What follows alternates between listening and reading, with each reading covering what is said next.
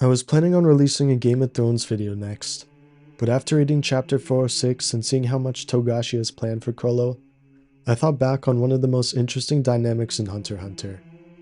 Kurapika and Chrollo have one of the most interesting rivalries in Hunter x Hunter, which, like many things in the Succession War, is a ticking time bomb waiting for an explosion of violence.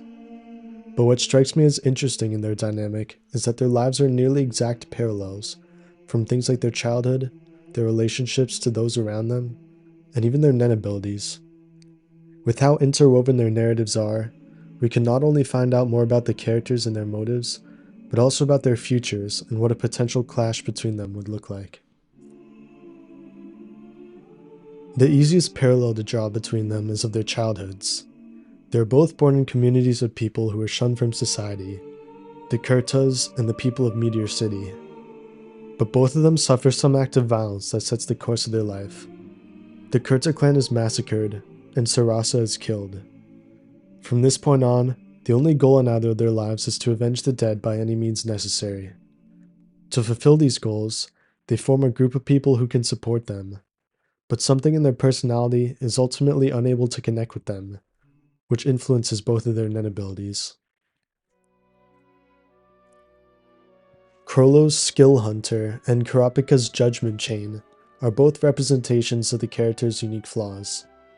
By tasking themselves with an arduous and likely pointless mission of revenge, the characters deny themselves the ability to feel emotion and grow into fully realized selves. They copy other people's nen abilities, the representations of that person's self, in an attempt to try to fill the emptiness inside their own psyches. But the groups they form on their path to revenge are what give them the opportunity to heal the trauma left by their childhoods, and give them a second chance to form meaningful connections in their lives. While they're not given directly to the viewer, the parallels between the Phantom Troop and Gon's group are very interesting. The clearest connection is Gon to Uvogin, both being headstrong, simple-minded characters, whose abilities focus on close-range power. Uvogin is almost like a bad ending for Gon in the future, especially with how similar he looks and acts to the adult Gon transformation.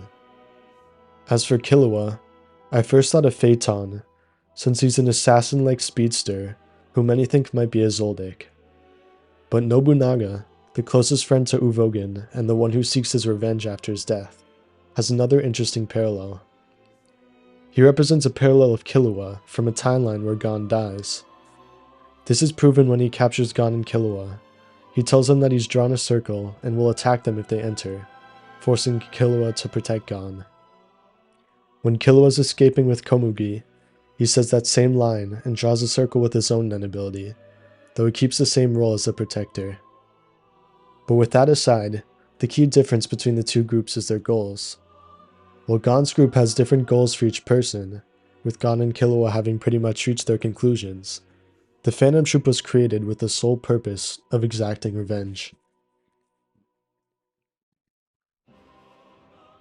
With Kurapika still on his lonely mission, he's lost the connection he made with his friends, which was his chance at finding something more important than the revenge he sought.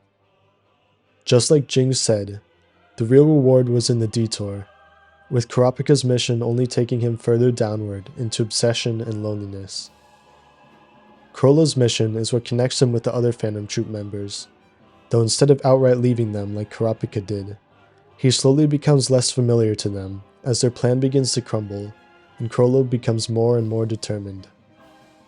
The line where it's implied that this is his last mission they need to do just screams death flag to me, not only for Chrollo, but for the entire Phantom Troop, as many have suggested.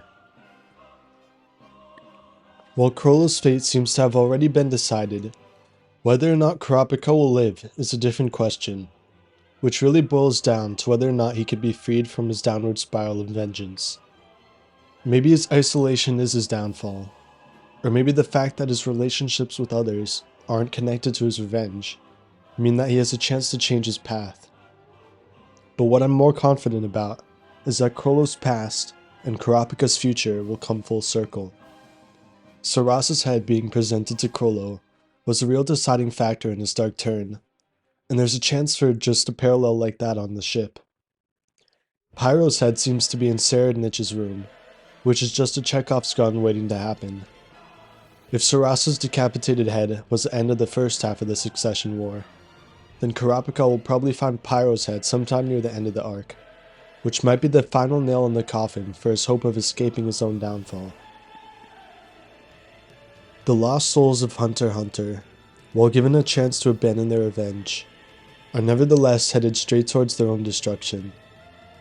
Kurapika has many potential enemies in this arc, more likely Serednik, but if you were to meet Chrollo once again, only one of them would come out alive.